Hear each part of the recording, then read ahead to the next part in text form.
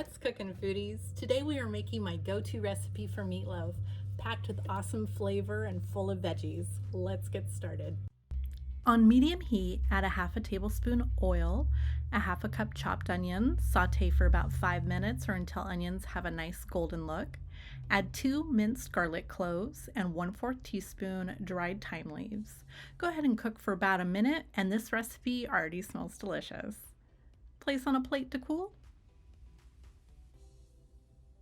To a large bowl, add a half a cup quick oats, 1/3 cup milk, 1/4 cup chopped red bell pepper, 1/4 cup green bell pepper, 1/4 cup chopped parsley, a half a cup of ketchup, 1 teaspoon Dijon mustard, 1 egg, 1 tablespoon Worcestershire sauce, half a teaspoon salt, and a half a teaspoon pepper.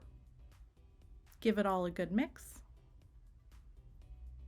And then add your onion mixture and mix again. Lastly, add your 1.5 pounds of lean ground hamburger or ground turkey meat. Mix in the meat by hand, being careful not to overmix, or your meatloaf will be tough and dry.